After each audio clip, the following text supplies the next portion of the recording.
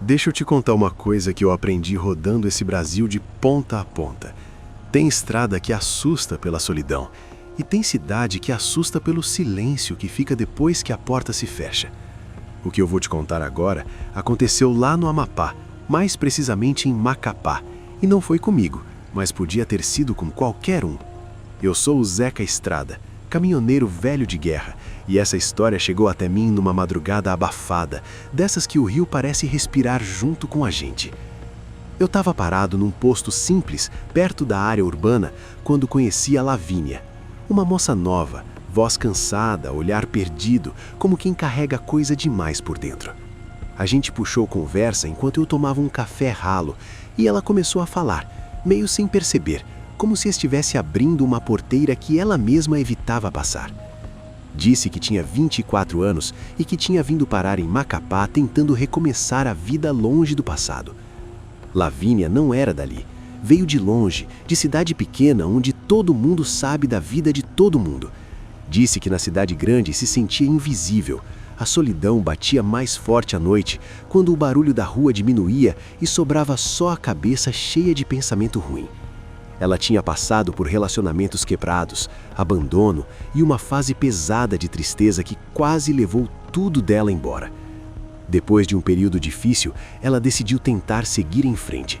Achou que conhecer gente nova podia ajudar.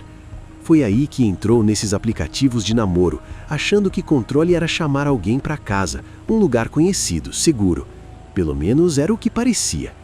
Ela morava sozinha num apartamento simples, num prédio antigo, daqueles que rangem até com o vento. Numa dessas conversas, apareceu um sujeito chamado Sandro. Papo simples, jeito calmo demais até. Não era bonito, segundo ela, mas falava o que ela queria ouvir. Dizia que curtia ficar em casa, beber um vinho, ver filme, nada de confusão. Falou que estava desempregado, meio perdido na vida. Lavínia, carente e cansada de julgamento, não viu problema nisso. Ela foi sincera desde o começo. Falou dos problemas, da internação que tinha passado, da cabeça frágil. Disse que não queria joguinho, só companhia, conversa, alguma conexão humana. Sandro respondeu que entendia, que era tranquilo, que respeitava. Marcaram de se encontrar no apartamento dela, numa noite quente de março. No dia combinado, Sandro chegou atrasado. Quando Lavínia abriu a porta, algo nela gelou. Ele estava diferente das fotos, mais abatido, roupa suja, um cheiro estranho misturado com suor velho. Mas ela não teve coragem de mandar embora. A solidão pesa mais que o medo quando a gente já está machucado por dentro. Ela pediu para ele abrir o vinho enquanto escolhia um filme qualquer. Sentaram no sofá, o clima não encaixava. Sandro falava pouco, ficava encarando a televisão sem piscar, como se estivesse esperando alguma coisa. Lavínia tentou relaxar, bebeu o vinho, fumou para acalmar a ansiedade. Foi aí que tudo começou a ficar errado. O corpo dela ficou pesado, a visão embaçou, o coração acelerou sem motivo. Antes de conseguir levantar ou pedir ajuda, tudo escureceu, como se alguém tivesse desligado a luz da consciência dela à força. A rotina tinha sido quebrada, e o pior ainda estava por vir. Quando a consciência começou a voltar, não foi como acordar de um sono comum. Lavínia descreveu aquilo como subir de um poço escuro, sem saber quem tinha empurrado ela lá para dentro. Tudo vinha em pedaços. Um cheiro estranho no ar, o corpo gelado, o silêncio pesado do apartamento. Ela lembra de abrir os olhos por um instante e ver o quarto iluminado só pela luz fraca da rua entrando pela janela. Ela estava nua, jogada na cama, sem forças nem para se mexer direito. A cabeça rodava. Foi nesse momento que viu Sandro. Ele estava em pé, totalmente vestido, parado ao lado da cama. Não tocava nela, não falava nada, só observava. O rosto dele estava vazio, sem expressão nenhuma, como se ela fosse um objeto esquecido ali. Aquela imagem ficou cravada na memória dela como ferro quente. Antes que Lavínia conseguisse falar ou gritar, Sandro virou as costas e saiu do quarto, batendo a porta com força. Depois disso, nada. Um apagão completo. Um buraco no tempo que até hoje não se fecha. O corpo dela simplesmente desligou outra vez. Na manhã seguinte, Lavínia não acordou com despertador, nem com barulho de celular. Ela não acordou. O telefone descarregou durante a noite. Ela tinha uma apresentação importante na faculdade e não apareceu. Os amigos estranharam na hora. Ela nunca faltava sem avisar. Tentaram ligar uma, duas, várias vezes. Nada. A preocupação cresceu rápido demais. Conhecendo o histórico dela, os amigos decidiram ir até o prédio. O interfone tocou e ninguém atendeu. Chamaram pelo nome dela do lado de fora. Silêncio. O zelador, desconfiado, liberou a entrada. A porta do apartamento estava trancada por dentro.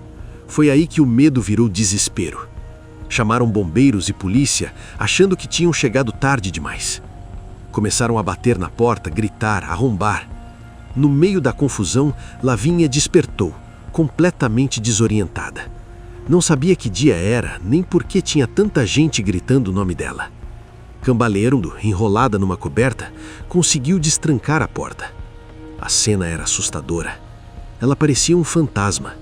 Olhar vazio, fala lenta, corpo mole. Os bombeiros olharam rápido e, sem sinais claros de algo grave naquele momento, acharam que era mistura de remédio com álcool. Foram embora. Um amigo entrou no apartamento para ajudar a vestir Lavínia. Foi nesse instante que tudo mudou de vez. Quando puxaram a coberta, eles congelaram. O corpo dela estava coberto por marcas. Braços, barriga, pernas, listras e desenhos feitos com um líquido amarelado, com cheiro forte, igual produto usado em hospital antes de cirurgia. Não eram queimaduras, eram marcações, precisas, frias, calculadas. Lavínia não tinha aquilo em casa, nunca teve. Os amigos sentiram o chão sumir. O medo agora tinha nome, mas ainda não tinha explicação.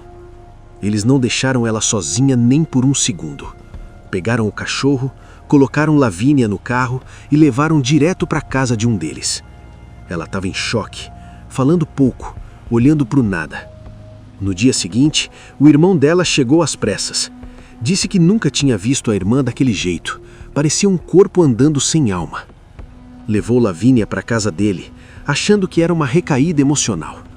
Mas a noite reservava algo ainda pior. Dor forte, sangramento, desespero. Tremendo, Lavínia conseguiu dizer uma frase que gelou todo mundo. Ela tinha apagado. Não sabia o que tinham feito com ela. O passado recente, as marcas no corpo e o vazio na memória agora se juntavam numa única sensação. Algo muito errado tinha acontecido naquela noite. E a verdade começava a se aproximar do jeito mais cruel possível.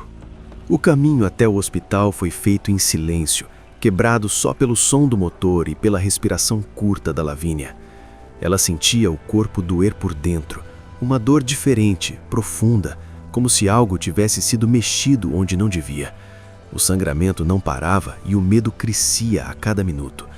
Quando chegaram ao pronto atendimento, a luz branca do lugar parecia agressiva demais para quem ainda estava presa naquele meio apagão.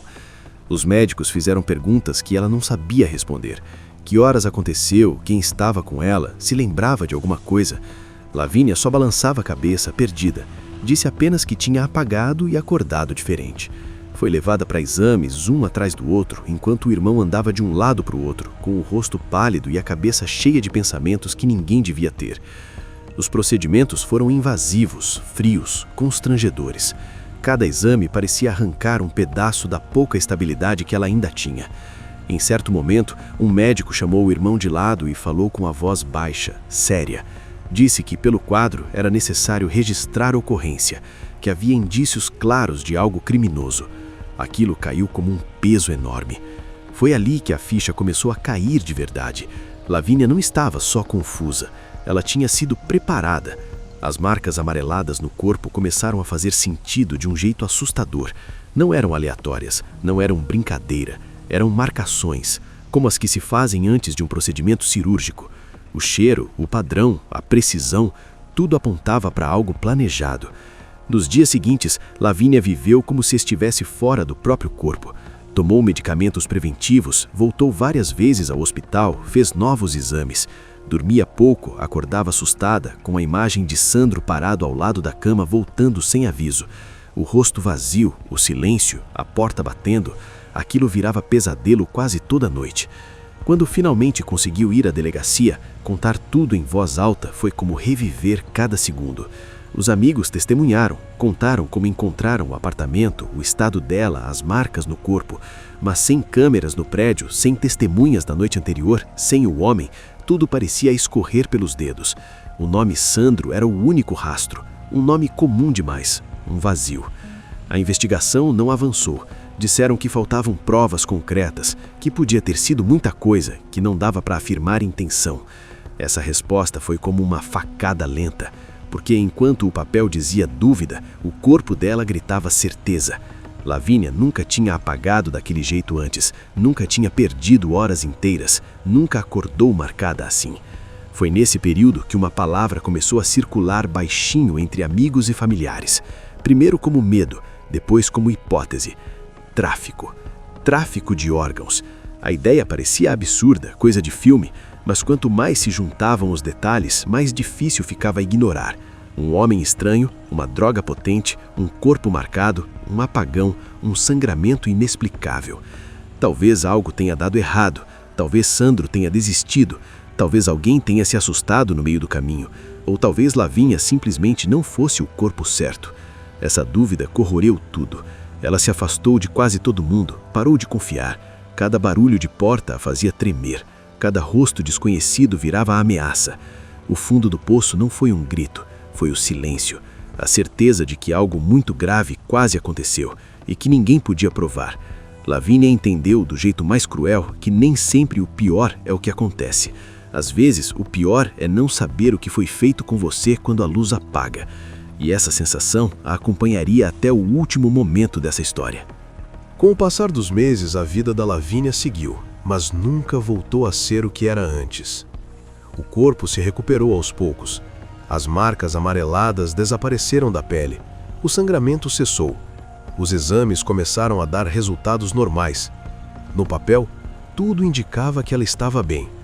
Mas quem olha só exame não enxerga o estrago que fica por dentro. Ela voltou a morar sozinha por um tempo, mas não aguentou. Qualquer barulho no corredor do prédio fazia o coração disparar. O elevador parando no andar dela era motivo de pânico. À noite, a imagem de Sandro parado ao lado da cama surgia do nada, como se ainda estivesse ali esperando. Lavínia entendeu que o verdadeiro ferimento não tinha sido físico, tinha sido na confiança. Ela tentou retomar a rotina, faculdade, trabalho, pequenas conversas, mas algo tinha mudado para sempre. Não usou mais aplicativos, não convidou mais ninguém para casa, criou regras rígidas para sobreviver. Aprendeu a desconfiar do que antes parecia normal. Aquela versão dela, ingênua e carente, tinha ficado naquela noite em Macapá, junto com as horas que nunca voltaram. O nome Sandro nunca foi encontrado. Nenhum endereço confirmado, nenhuma foto que levasse a algo concreto. Oficialmente, o caso esfriou. Extraoficialmente, virou um aviso sussurrado entre amigos. Um daqueles relatos que fazem todo mundo pensar duas vezes antes de abrir uma porta. A dúvida sobre o que realmente ia acontecer naquela noite nunca foi respondida, e talvez nunca seja. Lavínia carrega até hoje a sensação de que escapou por pouco, de que algo saiu do controle de quem planejava, de que a maldade às vezes falha por detalhe, por medo, por erro humano. E isso não traz alívio. Traz um peso diferente. O peso de saber que o perigo existe, anda por aí, conversa, sorri, promete vinho e filme. Quando ela terminou de me contar essa história, lá naquele posto em Macapá, o café já tinha esfriado e a madrugada estava quase acabando. Eu subi no caminhão com um nó no peito, porque estrada ensina muita coisa, mas essa história ensina uma das mais duras. Nem todo perigo vem correndo atrás de você. Alguns batem a porta e esperam você convidar. Agora eu te pergunto, você confiaria em alguém que acabou de conhecer? Você abriria sua casa achando que controle é fechar a porta depois? Conta aqui nos comentários o que você faria no lugar dela. Sua opinião pode ajudar alguém que ainda não passou por isso. Se essa história te marcou, segue o canal para não perder os próximos relatos que a estrada insiste em revelar. E se você quiser continuar nessa viagem sombria comigo, assiste também o último vídeo que eu trouxe aqui no canal, chamado O Homem que Me Apagou em Macapá. A estrada não esquece, e algumas histórias fazem questão de continuar ecoando.